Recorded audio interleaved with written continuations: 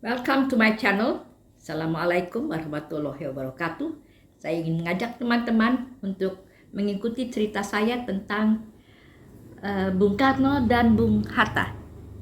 Ya, kita mulai saja dengan waktu itu Bung Hatta yang berada di Den Haag, Belanda, mengadakan perundingan dengan Belanda tentang kemerdekaan kita. Dia berjuang di konferensi meja bundar. Bung Hatta dengan penampilannya yang tenang, kalem ya.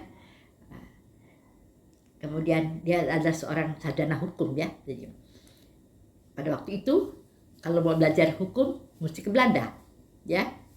Jadi sarjana hukum di sana kita nyebutnya Mr. Muhammad Hatta. Jadi bukan Mister Tuan, tetapi Mister itu zaman itu ahli hukum, namanya Mister.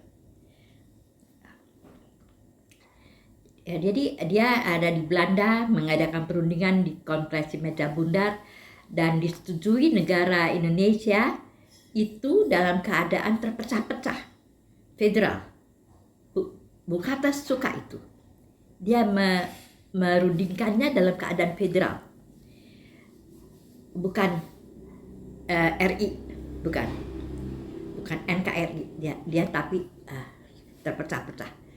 Itu sebabnya Belanda setuju tahun 49 kita ada negara Republik Indonesia Serikat, bukan dari RIS itu, serikat itu ada RI, ada negara Pasundan, ada negara Jogja, negara istimewa Jogja. Jadi Maluku, Kalimantan semua ada, Sumatera ada. Itu sebabnya kita merdeka tahun 49 dalam keadaan perang kemerdekaan berakhir. Tahun 47-48 ada perang kemerdekaan ya. Belanda dengan bantuan Inggris ingin mengembalikan negara Indonesia ini menjadi koloninya dia. Nah, kita kan mau merdeka kan? Kita dari Jepang kita sudah dikasih merdeka karena kita dijajah Jepang dibom, ya. Jepang dibom oleh Amerika sehingga Jepang kalah perang. Jadi kita bilang kita merdeka, tapi Belanda bilang nggak bisa, kembali lagi ke kita kan. Tadinya dulunya Jepang ngambilnya dari Belanda kan gitu. Jadi berunding lah dapat kita merdeka. Perang kemerdekaan 47-48 berhenti, 49 jadi negara Republik Indonesia Serikat. Oke. Nah, Soekarno dari persembunyiannya di Jogja keluar. Jadi dia keluar dari persembunyiannya dan dia menjadi negara presiden RI. Tapi apa boleh buat, nggak tau-taunya tahun 50 semua sudah jadi negara RI. Negara Pasundan, negara itu sudah jadi negara RI semuanya. Nggak federal, nggak masing-masing. Padahal Bung Hatta memperjuangkannya federal. Sebab di mana-mana itu negara-negara besar itu federal. Kita tidak bisa mengurusi sendiri. Tapi Soekarno bilang tidak, harus satu, harus uniter. Itu mereka agak bertengkar di situ, tapi Bung Hatta tahun 56 mengundurkan diri sebagai wakil presiden karena dia lihat agak berat, urusannya agak berat kalau seluruhnya dia urus oleh satu pemerintahan Soekarno dari Sabang sampai Merauke, agak berat gitu ya. Nah, itu terlihat banyak pemberontakan kan. PRRI Permesta di Sumatera itu yang menjadi moderatornya atau itu Bung Hatta ya, Bung Hatta bahwa PRRI apa namanya yang melakukan pemberontakan di Sumatera itu, atau Permesa yang melakukan pemberontakan di Manado itu juga bisa diselesaikan, bahwa memang kita semua itu RI, ya, negara RI. Tapi Bung Hatta dengan pembawaannya yang sangat beda dengan Soekarno. Soekarno seorang yang orator, seorang yang dia tidak perlu berunding, walaupun segala keputusan dia tidak bisa menandatanganin kalau nggak Bung Hatta bilang oke. Ya, dia tetap menghormatin Bung Hatta. Kalau Bung Hatta bilang oke, baru Soekarno berani tantangan untuk setiap keputusannya kan.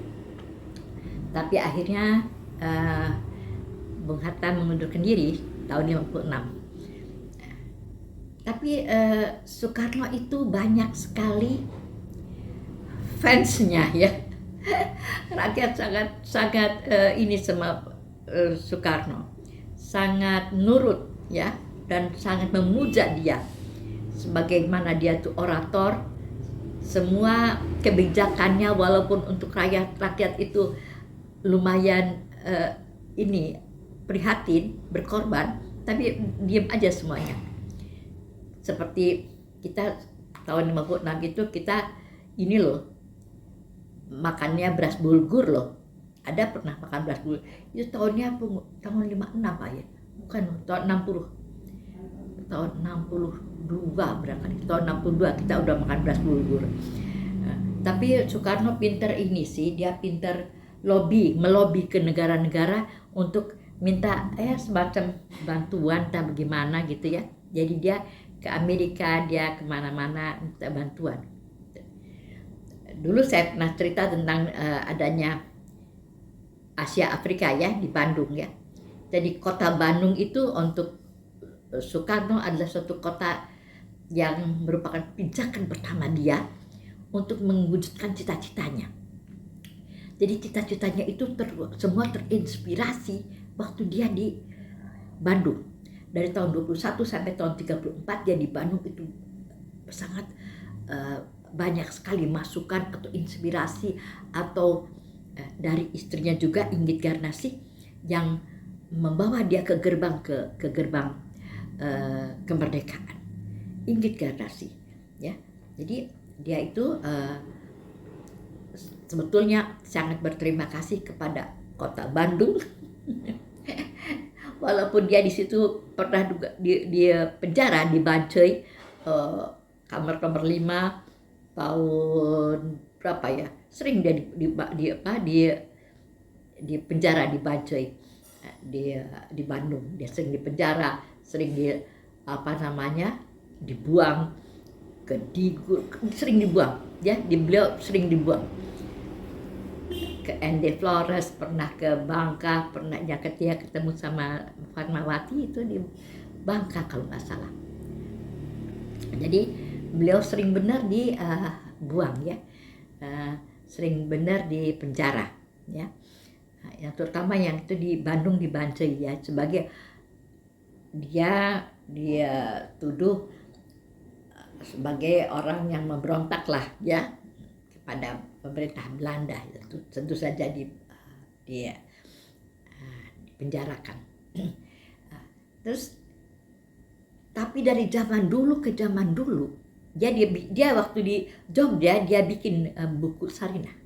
Beliau yang bikin buku Sarinah. Siapa Sarinah itu adalah pembantu beliau. Kemudian dari kelakuan Sarinah itu dia bagaimana lah orang kecil itu Indonesia itu ya, cerita itu Sarinah itu. Dan tulisan Sarinah itu sampai dia membuat gedung Sarinah, dia bikin gedungnya. Jadi tahun 47 dia ketika dia di Jogja dia bikin buku Sarinah. Tapi buku-bukunya itu banyak sekali. Ya. Ketika dia menggugat gitu ya. Indonesia menggugat itu sebelum merdeka ya. Dia sudah bikin buku. dia juga bikin buku di bawah bendera revolusi. Itu dia mencetuskan ide untuk adanya agama nasionalis dan komunis di buku bawah bendera revolusi, yang ternyata itu ide itu tidak bagus ya. Yang menyebabkan dia lengser itu ide itu di bawah bendera revolusi itu yang menyebabkan dia lengser itu, karena dia memaksakan kita untuk menerima tiga itu di dalam negara Indonesia, tapi kita semua tidak mau dengan komunis. Jadi itu. Kemudian ada lagi buku yang terakhir di akhir hayatnya itu, Soekarno Penyambung Lidah Rakyat, ya. Itu dibikin oleh orang Amerika, Cindy Adams, kemudian diterjemahkan oleh Samsul Hadi. Karena bahasa Inggris diterjemahkan oleh Samsul Hadi. Kemudian ada Hersugandi. Hersugandi itu membuat buku tentang beliau juga. Kalau nggak salah juga terkenal juga bukunya. Hersugandi, kemudian banyak sekali yang membuat buku tentang dia, ya, dan tentang hubungannya dengan Hatta juga dibikin.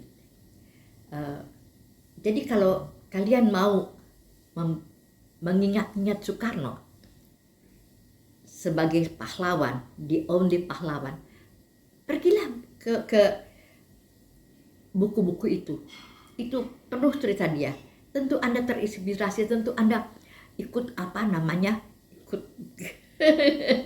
ikut bergolak hatinya ya, pada bagaimana beliau berjuang ya, bagaimana dia ditaruh ke Hos Cokro Aminoto oleh bapaknya, karena dia sedikit ke-Belanda-Belandaan. Dia ngomongnya Belanda terus, dia nggak ngomong bahasa Indonesia, dia ngomong bahasa Belanda terus. Jadi supaya jangan terlalu Belanda, ditaruh di Hos Cokro Aminoto. Di situ dia belajar agama, dia belajar lain-lainnya di situ ya. Hos Cokro Aminoto bersama teman-temannya juga. Kalau nggak salah Kartosuwiryo di situ juga dia. Kalau nggak salah Aidit juga di situ kalau nggak salah ya. Tapi saya mesti lihat. Tapi saya kira ya. Cokro Aminoto itu anak buahnya ya, bukan hanya Soekarno ya. Jadi dengan Inggit Garnasi itu dia buang ke Bengkulu ya, Bengkulu. Di situ justru dia ketemu dengan Fatmawati. Itu di akhir merdeka. Jadi ketika sebelum merdeka sudah dengan Fatmawati, dan ketika dibawa ke istana, bukan dibawa ke istana, dibawa ke Jakarta, itu dengan Fatmawati itu dari Bengkulu ya. Jadi bukan dengan Inggit Garnasi lagi. Inggit Garnasi sudah mundur sebelum kemerdekaan. Jadi hanya Inggit Garnasi hanya membawa Soekarno ke kemerdekaan, tetapi sesudahnya dia dengan Ibu Fatmawati. Nah, dengan Ibu Fatmawati ini mereka ke Jakarta, belum ke istana ya, baru di Jalan Proklamasi kalau nggak salah. Jalan Proklamasi itu dia dikasih rumah sama seorang Arab ya, namanya siapa itu, orang Arab ya itu. Nah, dikasih rumah situ, nanti dari situ dia baru pergi ke istana, dia tinggal di sana. Dan ketika dia keluar pula dari istana itu dalam keadaan tahun 60 sebelum 67 ya, dia kembali ke Fatmawati di Jalan Sriwijaya Kebayoran ya. Kemudian dari situ dia ditahan di Batu Tulis, Bogor. Jadi perjalanan hidupnya itu harus baca bukunya banyak ya. Saya bikin ini aja, saya bikin contekannya ya, bukunya ya. Ada Bung Karno di bawah bendera revolusi, itu dia bikin. Ada buku Bung Karno Penyambung Lidah Rakyat, itu Cindy Adams yang bikin ya. Cindy Adams itu kemudian diterjemahkan oleh Samsu Hadi. Sarinah tahun 47 Soekarno yang bikin di Jogja ya, yang membuat Soekarno Jogja. Kemudian Jejak Soekarno di Bandung, penulisnya Her Sugandi ya, itu tahun 1921 sampai 1934. Jadi Soekarno dari tahun 1921 sampai 1934 itu oleh Her Sugandi dibikin bukunya Jejak Soekarno. Kemudian Soekarno antar ke gerbang, itu hubungannya beliau dengan Inggit Garnasi ya. Nah, itu dia bikin juga oleh siapa nih pengarangnya. Kemudian ada Mencapai Indonesia Merdeka, juga ada lagi yang karya banyak sekali buku-bukunya ya. Indonesia Menggugat itu sebelum kemerdekaan ya. Jadi kalau saya anjurkan untuk membaca sendiri, langsung ke toko-toko yang menjualnya atau mencari sendiri di kurator-kuratornya. Kemudian karya Soekarno itu adalah Masjid Istiqlal utamanya. Masjid Istiqlal dibuat oleh Friedrich Silaban, Monas juga. Kemudian ada Gedung Konevo, Gedung Sarinah, Hotel Indonesia, itu dibikin oleh Soekarno semua. Artinya beliau yang menginginkan. Tugu Selamat Datang, banyak tugu-tugu dibuat sama dia. Tugu Selamat Datang, ada Tugu Pak Tani, ada Tugu Pembebasan Irian Barat di di lapangan Banteng, itu ada Tugu Pembebasan Irian Barat. Jadi banyak sekali yang dibuat. Kalau Soekarno-Hatta itu karangan Solihin Salim, diterbitkan oleh Pusat Studi dan Penelitian Islam, itu Soekarno-Hatta. Jadi hubungan mereka itu berdua dibuat oleh Solihin Salim. Ya, demikian sajalah pertemuan kita. Ya, saya selesaikan, nanti kita sambung lagi. Terima kasih sudah